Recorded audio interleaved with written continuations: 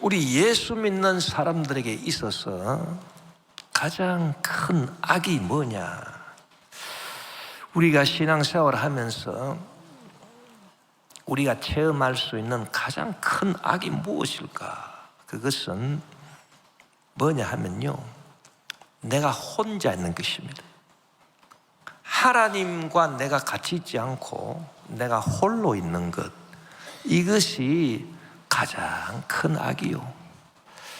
그래서 우리 기독교하고 불교하고는 완전히 달라요. 불교는 혼자 있는 것을 좋아해요.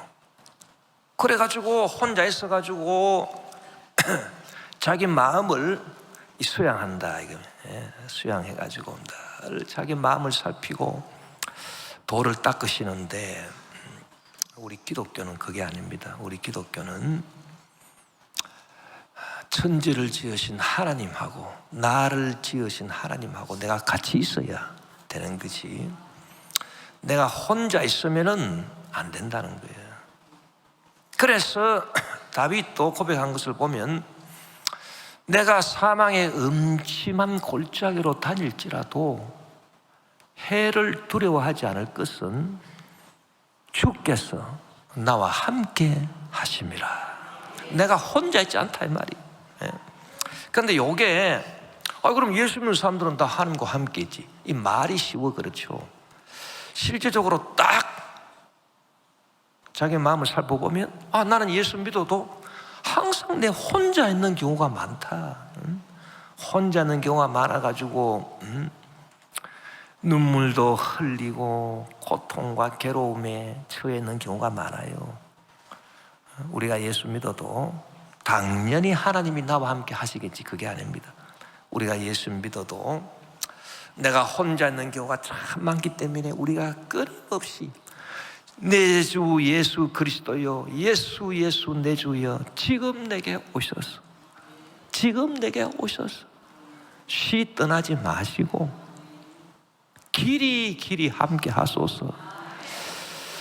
그런 기도를, 찬송을 우리가 늘 드려야 된다, 그 말인 것입니다. 우리가 인생을 살면서 고통과 괴로움과 슬픔과 고난으로 흘리는 눈물이 많습니다.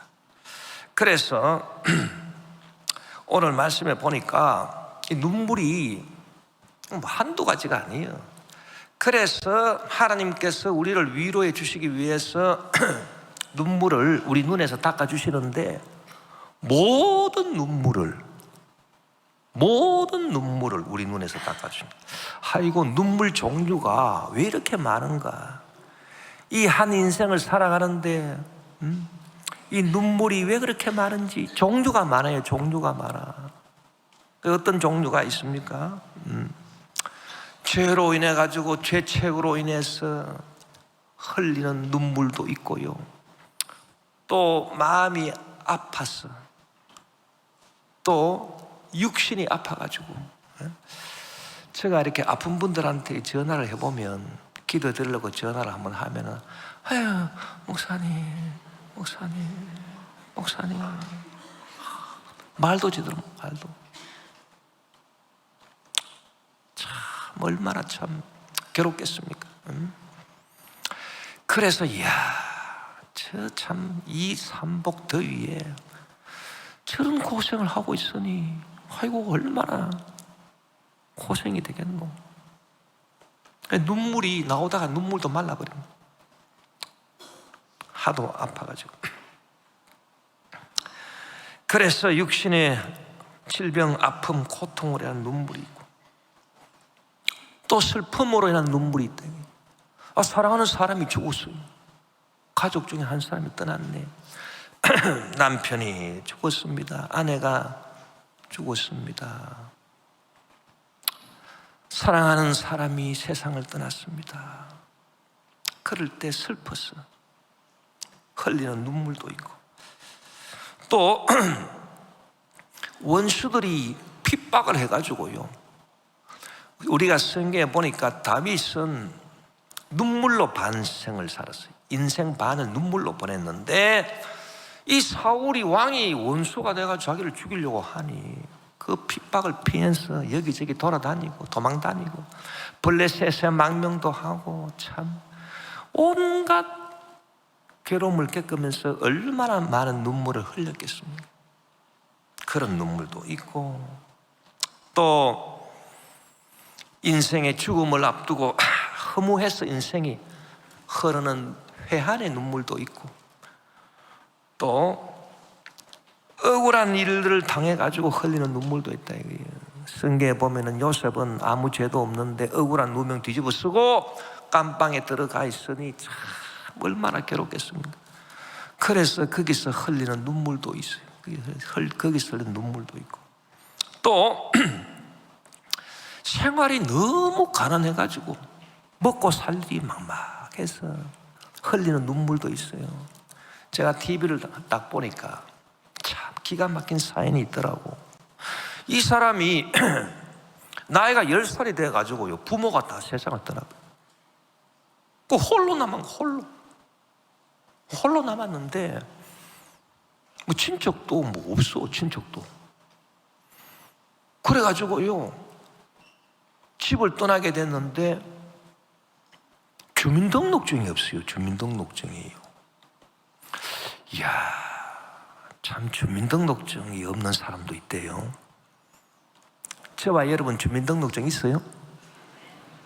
그 주민등록증은 감사하게 생각해요. 세상에 주민등록증이 없어가지고 주민등록증을 만들려고 자기도 한번 해봤다. 이게 자기가 시도를 했는데 안 되더라는 거예요. 왜냐?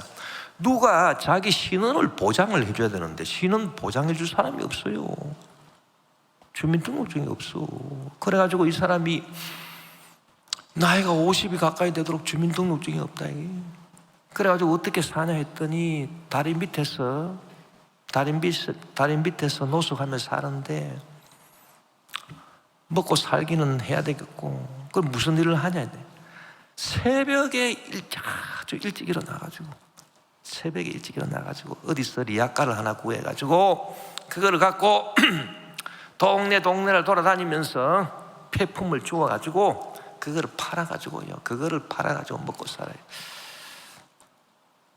그래서 하루 평균 수입이 얼마입니까? 취재진에 가가지고 물어보니까 한 10,000원 정도 됩니다. 10,000원. 하루에 10,000원 벌어요. 새벽부터 일어나서 일을 해가지고. 운 좋은 날은 폐품이 무슨 뭐 고철 같은 것도 나오고, 그런 날은 운이 좋아가지고 한 30,000원 정도 벌 때도 있습니다. 이가 다 빠져가지고요. 밥을 못 먹어요. 그래서 뭐 버너에다가 냄비에다가 뭐 하나 끓여 먹는데 전부 다 라면이에요. 그 라면도 많이 못 먹어요. 조금씩 넣어가지고 먹고. 세상에, 아유, 그 사람이 얼마나 생활고로 눈물을 흘렸겠습니까? 그래가지고 이 취재진이 너무 불쌍해가지고 이 사람 신원을 보장해줘가 주민등록증부터 만들어줘야 되겠다. 그래가지고 동사무소 가가지고 거기서 또 도움을 구하고 자기도 직접 신원 보정인에 또 참여하고 이래가지고 주민등록증을 만들어줬는데, 세상에 주민등록증이 나오는 날 그 주민등록증을 들고 한박 웃음을 지으면서, 야, 나도 주민등록증이 있다니 꿈만 같습니다. 너무너무 행복했네. 그래서 그 사람이 이제 주민등록증이 있으니까 어디 가서 그래도 참 열심히 일해서 그 노숙 생활은 겨우 면하게 됐다.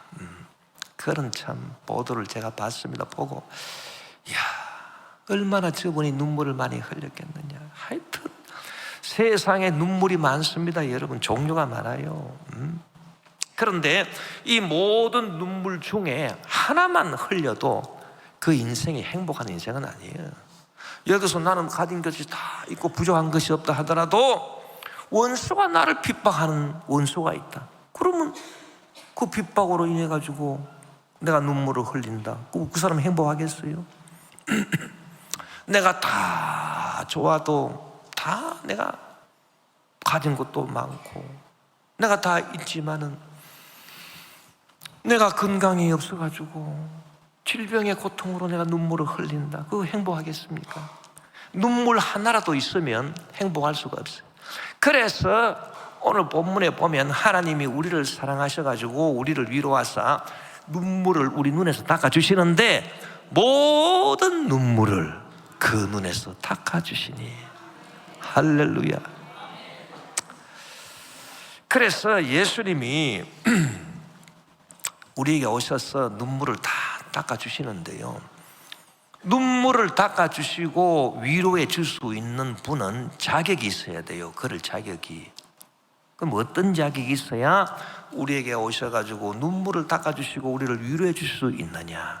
첫째로 본인 스스로가 그 모든 종류의 눈물을 다 체험해 봐야 돼요. 자기도 뭐 그런 체험을 해봐야, 야, 남이 저런 눈물을 흘리는구나, 고통을 이해하고 다가가서 위로해주고 눈물을 닦아줄 수 있지. 자기가 그 체험을 안 했는데 그럼 남이 당한 고통을 어떻게 할 거요? 그런데 여러분, 우리 예수님은요, 참 이 모든 고난을 다 체험하신, 이 모든 종류의 눈물을 예수님 다 흘리신 거예요. 우리가 예수님이 당하신 고난의 눈물을 생각해 볼 때에, 뭐 예수님 이 땅에 오셔가지고 십자가에 못 박히시고 살 찢기시고 피 흘리시고 고난 당하시고 채찍 맞으시고 죽으시고 그것만 고난으로 생각하는데, 가만 생각해 보면 예수님이요, 주민등록증이 없는 분이에요. 왜 그러냐면 예수님은 원래 하늘나라 계신, 하늘나라에서 시간도 지배하고 공간도 지배하고 영적인 천국에서 우리 성부 하나님, 그리고 성령 하나님, 성자 하나님, 이렇게 가족을 딱 삼일체로 이루시고 사셨던 분이에요. 그런데 저와 여러분 인류의 죄를 대신 짊어지시기 위해서 하늘 보좌 뿌리시고 이 땅에 오셨다 이거예요. 그러니까 하늘나라 주민등록증이 없는 거예요, 이 땅에서. 그것 자체가요 고난입니다. 영원하신 하나님이 시간과 공간에 갇히시고 육신에 갇히시고 그것 자체가 고난이에요. 그런데 예수님께서 당하신 고난을 보세요. 얼마나 심적으로 아파하시고 육신에 또 채찍을 맞아서 우리 질병의 고통을 다 대신하셨으니 그 채찍 맞으실 때 얼마나 아파서 눈물을 흘리셨겠느냐. 예수님께서 생활이 궁핍하지 않았습니까? 마태복음 8장 20절에 예수께서 이르시되 여우도 굴이 있고 공중의 새도 거처가 있으되 인자는 머리 둘 곳이 없다 하시더라. 뭐 예수님, 뭐 천하의 주인이신 예수님이 왜 머리 둘 곳이 없습니까? 복음을 전하기 위해서 오늘은 이곳에 내일은 저곳에, 그러니까 머리 둘 곳이 없어요. 원수들의 핍박, 바리새인, 사두개인, 율법사들의 핍박, 말로 다 할 수 없고, 원수 마귀들의 공격, 말로 다 할 수 없고, 또 억울한 일로 말하자면은 예수님만큼 억울한 일이 당하시는 분 어디 있습니까? 아무 죄도 없으신 예수님이 저와 여러분의 죄를 다 대신 짊어지시고 십자가에 고난 당하시고 죽으셔야 했다 이거예요. 인간적으로 보면 엄청난 억울한 일이에요. 말로 다 할 수가 없어요. 그리고 예수님은 십자가에서 죽으신 거예요. 죽으신 고난. 나의 하나님, 나의 하나님, 어찌하여 나를 버리시나이까? 절규하시고 눈물을 흘리시고 영원히 떠나가신다. 저와 여러분을 위하여. 자, 그래서 예수님은 모든 종류의 눈물을 다 흘려보신 분이고, 예수님이 얼마나 참 안 됐는지 성경의 기록을 보니까 그 당시에 예수님의 뒤를 따라가던 많은 무리들이, 특히 여인들이 통곡을 하고 애통을 했다, 그런 기록이 있습니다. 누가복음 23장 27절 28절에 또 백성과 및 그를 위하여 가슴을 치며 슬피 우는 여자의 큰 무리가 따라오는지라 예수께서 돌이켜 그들을 향하여 이르시되 예루살렘의 딸들아, 나를 위하여 울지 말고 너희와 너희 자녀를 위하여 울라. 얼마나 예수님이 참 안 됐는지 따라오는 무리들이, 여인들이 통곡을 했어요. 통곡을. 그래서 예수님은요, 모든 고난, 모든 종류의 고난, 자기가 믿었던 제 아들도 다 떠나고 자기를 배신한 그 씁쓸하면서 흘리는 눈물, 자오지간 온갖 종류의 고난과 눈물을 다 흘리신 분이에요. 그렇기 때문에 우리가 어떤 일로 인해서 고난당한다 하더라도, 어떤 일로 인해서 눈물을 흘린다 하더라도 주님께 가서 주여 저를 위로해 주시옵소서, 주님이 받아주신다. 우리 사정을 모르시는 분이 아니에요. 우리가 어떤 사정에 떨어졌다 하더라도 주님만 찾아가면 되는 것입니다. 할렐루야. 그리고 주님은 우리의 눈에서 눈물을 닦아주실 때 우리 눈에서 눈물만 닦아주시는 게 아닙니다. 그 눈물을 흘리게 하는 모든 그 배후의 악한 세력들, 악한 마귀 역사들, 죄와 정죄와 질병과 저주와 원수들, 온갖 악한 세력들, 사망의 세력들을 다 멸하시고 우리 눈에서 다시 그런 눈물이 나오지 않도록 그렇게 축복해 주시는 분이 예수님이에요. 그래서 예수님이야말로 우리 눈에서 눈물을 다 닦아주시고 우리를 참으로 위로해 주시는 유일하신 분이시다. 할렐루야. 여러분, 사람들이 인생을 살아가면서 착각하면 안 돼요. 아이고, 내가 인생을 좀 행복하게 살아야 되는데 눈물 없는 곳으로 한번 다녀봐야 되겠다. 어디를 가야 눈물이 없을까? 그래서 미꾸라지처럼 살살살 피해가지고 눈물이 없는 곳으로 다니려고 애를 쓰지만, 여러분, 이 세상이 어떤 세상입니까? 이 세상은 성경에 뭐라고 말했냐 하면은 눈물 골짜기라 그랬어요. 왜 눈물 골짜기면 이 세상이 죄악의 세상이고 배후에 마귀들이 있는데 세상에 눈물이 없겠습니까? 네? 여름에 비가 쭉쭉 내려오는데 내가 어떻게 안 하면 우산도 안 쓰고 내가 비도 안 맞고 내가 갈 수 있을까? 그거 궁리하는 사람하고 똑같아요. 그건 어리석은 사람이에요. 그래서 우리는 각오를 단단히 해야 돼요. 내가 인생을 살아가면서 긴 인생이든 짧은 인생이든 내 인생 살아가면서 내가 눈물 골짜기로 다닐 수밖에 없나이다. 그러나 주님을 내가 놓치지 아니하고 주님이 항상 나와 함께 계시면 내가 눈물 골짜기, 사망의 음침한 골짜기로 다닐지라도 해를 두려워하지 않고 나의 눈에서 눈물을 주님이 닦아주시고 그 배후의 마귀 역사를 다 멸해주시고 승리하게 하실 줄 믿습니다.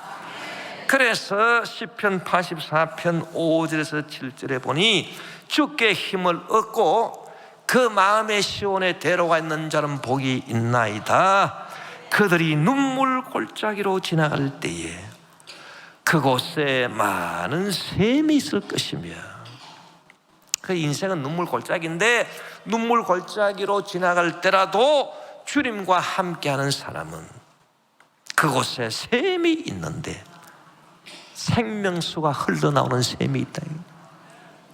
그 샘에서 생명수를 마실 수도 있고, 눈물은 주님이 닦아서 위로해 주시고 생명수로 우리에게 마시게 해주시고, 이런 비가 복을 채워주나이다. 이런 비가 늘 내려가지고 그 생명 샘물이 마르지 않게 해주시고, 그들은 힘을 얻고 더 얻어 힘을 얻고 또 더 얻어요. 할렐루야. 전화위복의 역사가 된다 이 말이에요. 더 큰 축복을 받아요. 그래서 시온에서 하나님 앞에 각기 나타나리이다.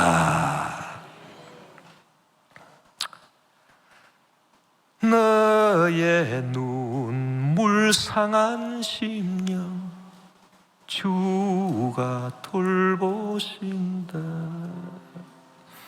갈보리 십자가 위에서 죄짐이 풀렸네. 놀라운 사랑의 갈보리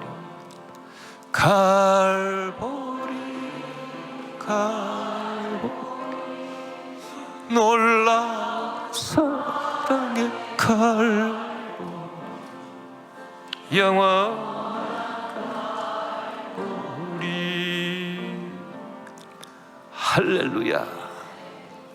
저와 여러분이 다 혼자 있지 말고요, 홀로 있지 마시고 주님, 늘 주님을 요청해요. 주님이여 나와 함께 하소서.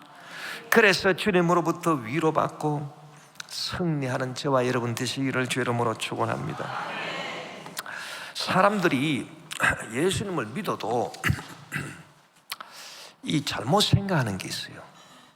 어떤 식으로 잘못 생각하느냐 하면은, 내가 위로를 받고 내 마음이 평안하고 그러려면은 내가 예수를 믿어가지고, 내가 예수 믿고 난 다음에 그 다음에 내가 은혜를 받아가지고 내 마음 속이 완전히 변화를 받아가지고 내가 거룩한 사람이 되고, 그렇게 하면 내 마음도 위로를 받고 내 눈물도 닦아지고 내가 행복하게 되겠지, 그렇게 생각을 하시는데 그것은 잘못된 생각입니다, 여러분. 사람은요, 예수 믿어도 절대 마음은 변하지 않아요. 죄인이 변해가지고 성자가 될 수 없어요. 표정들이 별로 안 좋으신가 봐요. 근데 이게 진리요, 진리.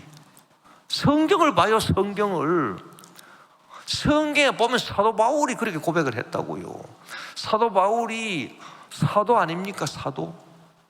이 사람이 성경을 13권이나 쓴 사람인데, 이 사람이. 아니, 사도 바울이 예수 믿고 로마서를 썼습니까? 예수 안 믿고 로마서 썼습니까? 아이고, 예수 믿고 로마서 썼죠. 그런데 로마서 7장 18절에 보니까 뭐라고 고백했느냐?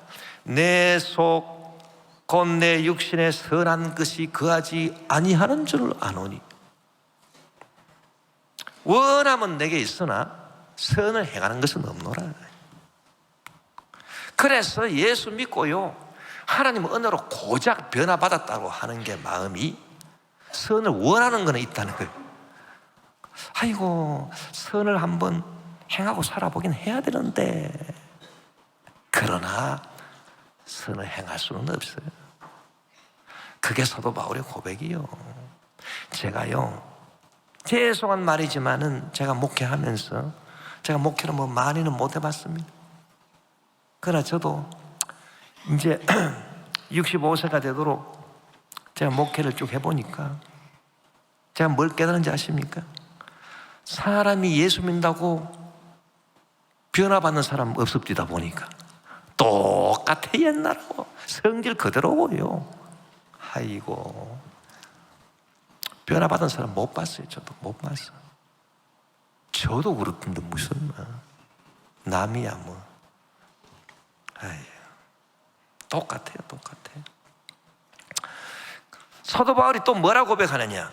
로마서 7장 22절 23절에 보니 내 속 사람으로는 하나님의 법을 즐거워하되 내 지체 속에서 한 다른 법이 내 마음의 법과 싸워 내 지체 속에 있는 죄의 법으로 나를 사로잡는 것을 보는도다. 이야, 예수님을 믿어도요, 내 마음 속에는 완전한 변화가 없어요. 그래가지고 하나님의 법이 들어와 있기는 한데 또 죄의 법이 들어와가지고 죄를 짓고 싶어하는 죄의 법이 들어와가지고 늘 서로 싸우니 갈등이 있다 이 말이에요. 갈등. 그런 갈등에서 무슨 평안이 나옵니까? 그런 갈등에서 무슨 위로가 나오겠어요? 그러니까 예수 믿어가지고 내 마음이 변화돼가지고 내가 아이고 주님이 주신 위로를 내 속에서 받고 평안을 누린다, 그런 건 없어. 내 마음이 변화받아서 되지는 않아요. 그럼 뭐요? 뭐냐? 내 속 사람은 절대 변할 수가 없습니다. 그러나 내가 죄인임에도 불구하고, 불의하고 추악함에도 불구하고, 버림받아 마땅한 존재임에도 불구하고 주여 이 죄인을 불쌍히 여겨 주시옵소서. 이 죄인을 불쌍히 여겨 주시옵소서. 주여 저를 떠나가지 마시고 주에게 오시옵소서. 우리가 거룩하다고 주님이 오시는 거 아니에요. 주여 나는 부족합니다, 연약합니다, 어리석습니다, 죄가 많습니다. 내가 주님을 믿어도 내 마음에는 갈등밖에 없습니다. 내 마음이 변화될 수는 없습니다. 그러나 주님, 제가 주님을 요청합니다. 주여 주여 저에게 오시옵소서.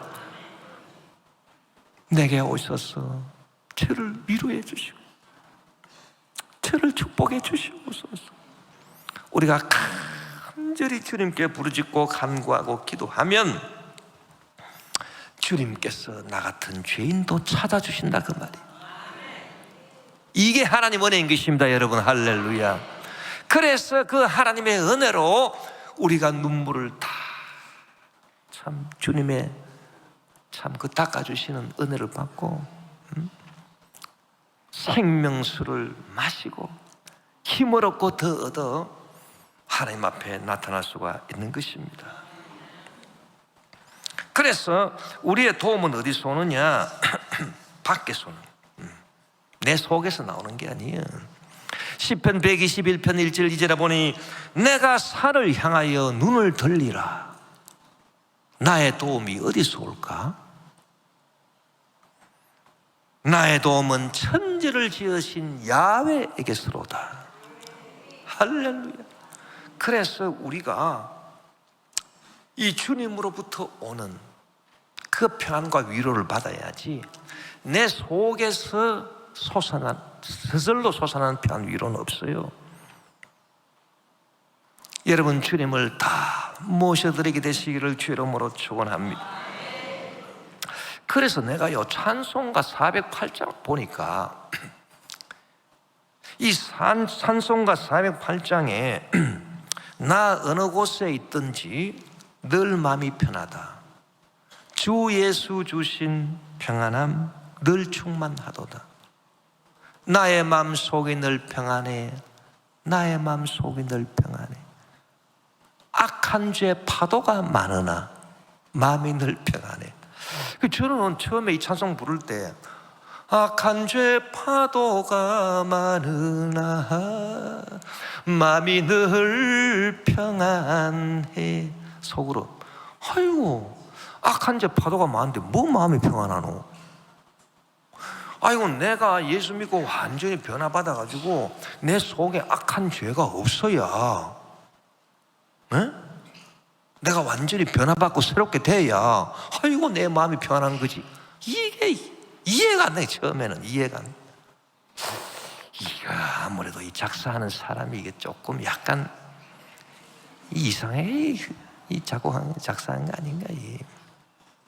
그런데요 그게 아니에요. 제가 저도 신앙생활 해보니까 그렇지. 사도 바울 선생 말이 맞아. 내 속에 원하는 것은 있으나 선을 행하는 건 없어. 내 속에 하나님의 법하고 죄의 법이 늘 싸워. 내가 예수 아무리 잘 믿어도. 그러니 악한 파도가 있을 수밖에 없어요. 그럼에도 불구하고 내가 주님을 주여 주여 오시옵소서. 이 불쌍한 죄인을 용서하여 주소서. 저는 주님밖에 믿을 수 없어요. 저는 내 마음을 믿을 수 없어요. 저를 불쌍히 여겨 주시오. 오시옵소서, 오시옵소서. 그러면 주님이 오신다 그 말이야. 할렐루야. 그래서 위로를 해주시고 평안을 주시니, 눈물을 닦아주시니, 악한 죄 파도가 많으나 마음이 늘 평안해. 할렐루야. 찬송가 이렇게 작사가 되었구나. 여러분이 복음성가 부르고 은혜를 받아요, 안 받아요? 받으시죠? 그거요, 복음성가가 그냥 작곡 작사된 게 아니에요. 참 성령의 감동을 받아가지고 이 작사가 된 거예요. 작사가. 그래서 우리가 이 작사하신 분한테 감사하게 생각해요. 이 복음성가를 누가 짓고 누가 작사를 했는가 하니, 김석균 목사님이 작곡하고 작사했는데, 어떤 목사님이요, 이 복음성가를 밤새도록 부르고 엄청나게 은혜를 받았대. 엄청나게. 그래가지고 너 감사하고 이래가지고 그분한테 돈 300만 원 보냈다 하더라고. 이야, 여러분 복음성가 부르고 은혜 받았다고 그 복음성가 작사 작곡한 분한테 돈 보낸 적 있어요? 없잖아. 한 사람도 없어. 얼마나 은혜가 됐으면 돈을 보냈겠냐고, 돈을. 제가 전번 4월 달에 프랑스 갔을 때 오토 공부 수도원에 가봤는데, 거기 그 오토 공부 수도원을 누가 중소했느냐, 찬송가에 나오는 클레르보의 성 베르나드가 작사를 했어요. 이 가사를 여러분 한번 보세요. 구절을 생각만 해도 이렇게 좋거든. 내가 나중에 구원받아서 주님 앞에 딱 서가지고 주 얼굴 배울 때 얼마나 좋으랴. 내가 그 오토공부 수도원에서 그 클레르보의 성 베르나드 그 찬송가 나와 있는 거기 작사자 동상을 중세에 그분 동상을 다 보고 구절을 생각만. 참. 나는 그 찬송 부를 때 난 늘 그분한테 감사하는 마음이죠. 할렐루야. 여러분 돈은 안 줘도 돼요. 그러나 찬송가 적으신 분한테 좀 감사는 하고 불러야 되지 않겠습니까? 예? 이 세상 종말이 되면 주님은 우리와 영원히 함께 계셔서 완전 모든 눈물을 다 씻어주시는데, 지금 우리가 살아가는 이 시대는 어떤 시대냐? 은혜의 시대예요. 그래서 아무 때나 여러분 하나님께서 우리를 위로해 주시고 우리 눈에 눈물을 닦아주시는 줄 아십니까? 그게 아니에요. 아무 때나 그렇게 하시는 게 아니에요. 성경에 보면 다 때가 있어. 때가 있어. 그래서 구약시대는 무슨 때냐 하면은 죄로 말미암아, 죄책으로 말미암아 눈물 골짜기를 다니면서 눈물을 흘리잖아요. 그러면 그 사람 위로해 주기는 그냥 잡아와가지고 돌로 쳐버려요. 그게 율법시대예요. 율법시대. 그러나 예수님이 오시고 난 다음에는 지금은 은혜시대가 되었다 이 말이에요. 그래서 우리가 성경을 보면 이사야서가 있는데, 이 이사야서가 66장으로 되어 있어요. 66장으로 되어 있는데 요게 1장에서 39장까지는 구약을 상징합니다. 그리고 40장부터 66장까지는 신약을 상징해요. 여러분 구약 성경이 몇 권이요? 39권. 그래서 이사야 1장에서 39장까지는 구약을 상징하고, 신약 성경은 몇 권이요? 27권. 그래서 40장부터 66장까지 이 27권. 27장. 이거는 신약을 상징한다. 그래서 이사야서를 읽어보면 세상의 1장에서 39장까지는요 위로가 없어요. 위로가 없어. 죄로 인해서, 죄책으로 인해서, 정죄로 인해서, 질병으로 인해서 고난당하고 저주가 당하고 그럴 때 위로받기는 그냥 율법에 가가지고 그 사람을 돌로 쳐버리고 그런데 이사야 40장에 딱 들어가면 논조가 확 달라지는데 이사야 40장 1절 2절 보니 너희의 하나님이 이르시되 할렐루야 너희는 위로하라 내 백성을 위로하라 너희는 예루살렘의 마음에 닿도록 말하며 그것에게 외치라 그 노역의 때가 끝났고 그 죄악이 사함을 받았느니라 그의 모든 죄로 말미암아 야훼의 손에서 벌을 배나 받았느니라 할지니라 하시니라. 야, 이게 무슨 말씀인가 하니 이제 이 신약 시대가 돼가 은혜 시대가 돼가 예수님이 오셨다 이게요. 예수님이 저와 여러분이 죄값으로 당해야 될 고난을 갑절로 받아버렸어요. 배나 받아버렸어요. 그 벌을 죄값이 1,000,000원이라 그러면 예수님이 2,000,000원을 지불하신 거예요. 그래서 이제는 위로의 때가 되었느니라. 여러분 지금 이 은혜 시대를 우리가 살고 있어요.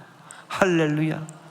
그래서 지금은 누구든지 죄가 많음에도 불구하고 어리석고 연약하고 부족함에도 불구하고 버림받아 마땅함에도 불구하고 주님께 나와서 주님을 붙잡고 주여 주여 주여 지금 내게 오셔서 떠나가지 마시고 길이 함께 하소서 간절히 부르짖으면 주님께서 오셔서 다 저와 여러분을 위로해 주시고 축복해 준 줄 믿습니다. 이 귀한 은혜를 날마다 체험하고 승리하는 이 여름이 되시기를 주의 이름으로 축원합니다.